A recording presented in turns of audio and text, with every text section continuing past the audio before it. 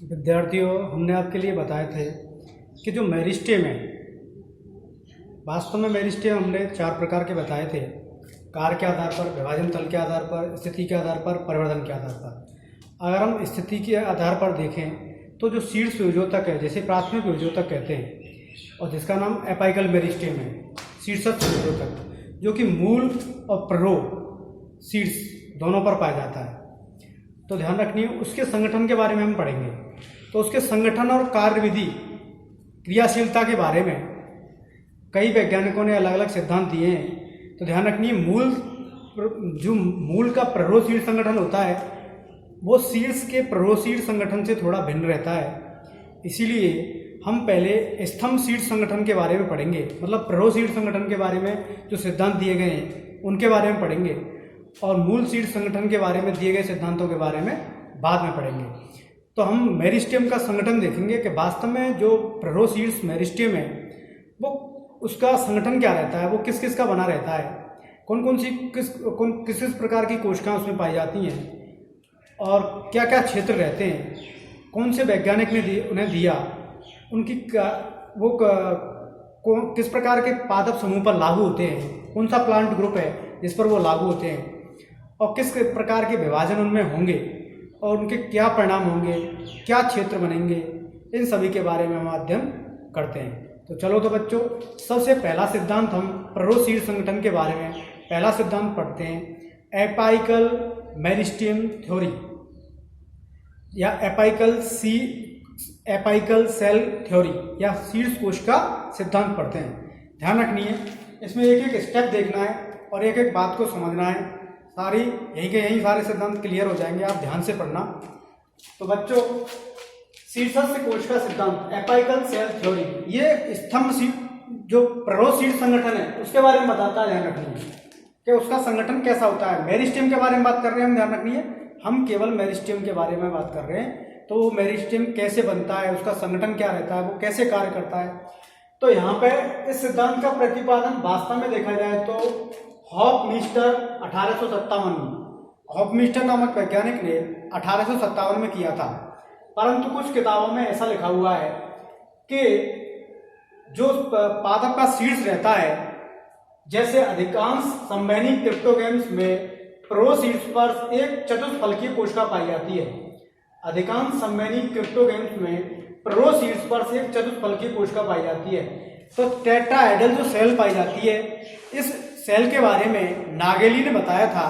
तो नागेली ने इसी आधार पर क्या है, कोश का सिद्धांत दिया था, ऐसा लिखा हुआ है। लेकिन वास्तव में नागेली ने नहीं दिया था, दिया किसने था, प्रतिपादन, मतलब इसका हॉफमिस्टर ने दिया था इसे, और विस्तृत विवेचना जो की थी नागेली ने की थी। तो नागेली ने क्या देखा, जो प्ररोह शीर्ष है, ये जो प्ररोह शीर्ष आपको दिखाई दे रहा है, इस पर एक कोशिका पाई जाती है जिसे एपाइकल सेल कहते हैं। इसकी आकृति टेट्राहेड्रल है, मतलब चतुष्फलकीय है। तो ये बता रहे हैं कोशिका चतुष्फलकीय होती है, और इस कोशिका के लगातार विभाजन से जो इससे व्युत्पन्न कोशिकाएं, डेराइव्ड कोशिकाएं, नई नई कोशिका बनेंगी, वो संपूर्ण प्ररोह को बनाने में भाग लेती हैं। और उसके बाद जो प्ररोह शीर्ष बनता है, उसके वियोजक से विभिन्न प्रकार के स्थायी ऊतकों का निर्माण होता है। तो सबसे पहले क्या होगा इसमें, सबसे पहले जो शीर्ष कोशिका है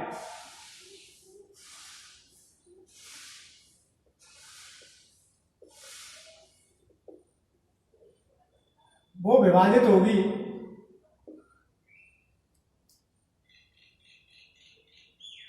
और विभाजन के बाद क्या बनाएगी, व्युत्पन्न कोशिकाएं बनाएगी।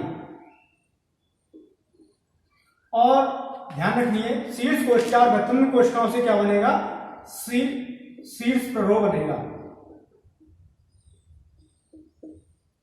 और शीर्ष प्ररोह से बाद में क्या बनेंगे, स्थायी ऊतक बनेंगे।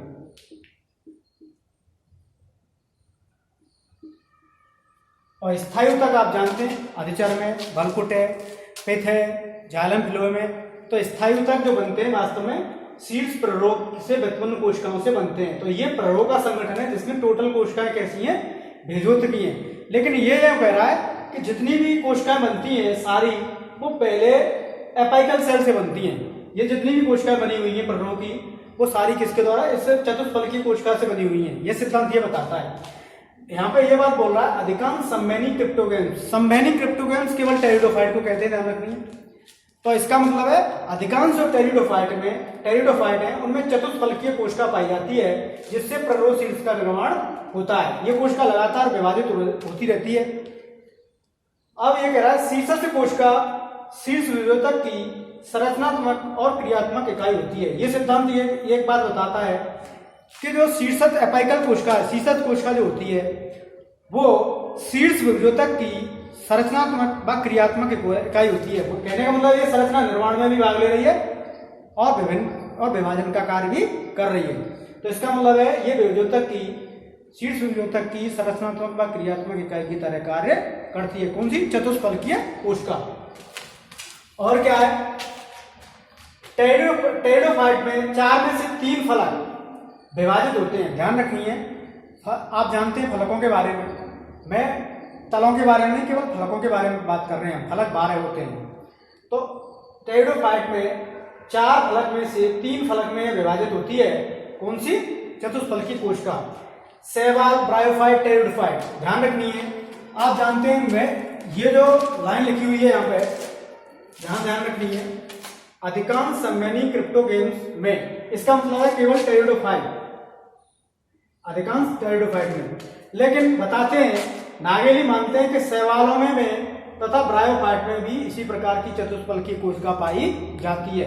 तो इसका मतलब है संवहनी क्रिप्टोगेम्स को काटकर हम केवल ये बोलते हैं क्रिप्टोगेम्स, तो सारा सिद्धांत लागू हो जाता है यहाँ पे। इसका मतलब है केवल क्रिप्टोगेम्स में शैवाल भी आ जाते हैं, ब्रायोफाइट भी आते हैं, टेरिडोफाइट, लेकिन संवहनी क्रिप्टोगेम्स में केवल टेरिडोफाइट आते हैं। ध्यान रखिए, नागेली के अनुसार आवृत बीजियों में इसी प्रकार की कोशिका पाई जाती है। अब ये भी बोल रहे हैं कि आवृत बीजी पौधों में, नागेली बोल रहे हैं, उन्होंने संवहनी क्रिप्टोगेम्स की बोल दी, शैवाल की बोल दी, ब्रायोफाइट की बोल दी, लेकिन ये यूं कह रहे हैं कि आवृत बीजियों में भी इसी प्रकार की चतुष्फलकीय कोशिका पाई जाती है नागेली के अनुसार, लेकिन वास्तव में ऐसा नहीं पाया जाता है। आवृत बीजियों में ऐसा नहीं पाया जाता है, यहाँ पे लाइन लिखी है, परंतु बाद में यह ज्ञात हो चुका है कि यह आवृत बीजियों में नहीं पाई जाती है। तो इसका मतलब है आप जान चुके हैं कि आवृत बीजियों में इस प्रकार की कोई कोशिका नहीं पाई जाती है। तो ये लागू किस पर होती है, केवल शैवालों पर, ब्रायोफाइट पर और टेरिडोफाइट पर, लेकिन आवृत बीजियों में ये सिद्धांत फेल हो जाता है। ध्यान रखनी है, यहाँ पे भूल आपको पूछा जाएगा कि शीर्ष कोशिका सिद्धांत किसने दिया, हॉकमिस्टर, नागेली, अन्य कई दो और विकल्प होंगे आपके पास, लेकिन आपको हॉकमिस्टर करना है। विस्तृत विवेचना नागेली ने दी थी, कुछ किताबों में नागेली लिखा हुआ है जो कि गलत है, ध्यान रखनी है। अब हमने ये बताया है, लेकिन आवृत बीजियों पर यह सिद्धांत फेल हो जाता है। अब यहाँ पर एक बात बोल रहा है कि जो भी शीर्ष है, संपूर्ण शीर्ष का निर्माण इस चतुष्फलकीय टेट्राहेड्रल कोशिका से होता है। ये कोशिका व्युत्पन्न कोशिकाओं को निर्मित करती है। ये व्युत्पन्न कोशिकाएं वास्तव में, ये व्युत्पन्न सेल है। अब व्युत्पन्न सेल और अपाइकल मेरिस्टेम ही क्या बनाती है, शीर्ष को बनाती है। अब ये व्युत्पन्न कोशिकाएं क्या करेंगी बाद में, ये कोशिका तो लगातार विभाजित होती रहती है। अब ये कोशिकाएं जो दूसरी वाली है, ये विभाजित होकर क्या करेगी, स्थायी ऊतकों को बनाएगी। स्थायी, और मैंने आपके लिए बताई है कि स्थायी कोशिका या स्थायी ऊतक वास्तव में अधिचर्म है, बलकुट है, परिरंभ है और अंतश्चर्म है, एंडोडर्मिस तो और पेथे जाइलम फ्लोएम में, ये स्थायी ऊतक है, ध्यान रखिए। तो इसका मतलब है आप इस सिद्धांत को समझ चुके हैं। ये इंक्रीसीटम का शीर्ष है, ध्यान रखिए। ये यहाँ पे एपाइकल में सेल है, जिसे जो कि चतुष्फलकीय कोशिका होती है, और यहाँ पे ये साइड में जो निकले हुए हैं ये लीफ प्राइमोडिया हैं। आप जानते हैं लीफ प्राइमोडिया के ठीक ऊपर जो क्षेत्र रहता है वो ही वास्तव में प्ररोह शीर्ष कहलाता है। इसका मतलब है लीफ प्राइमोडिया बोलते हैं पर्ण आदक। इसका मतलब जहां से पर्णों का उद्भव होगा, ओरिजिन होगा, उस क्षेत्र से ठीक ऊपर, मतलब ये लीफ प्राइमोडिया है और इससे ठीक ऊपर जो ऊपर का जो क्षेत्र है वास्तव में यही शीर्ष प्ररोह है।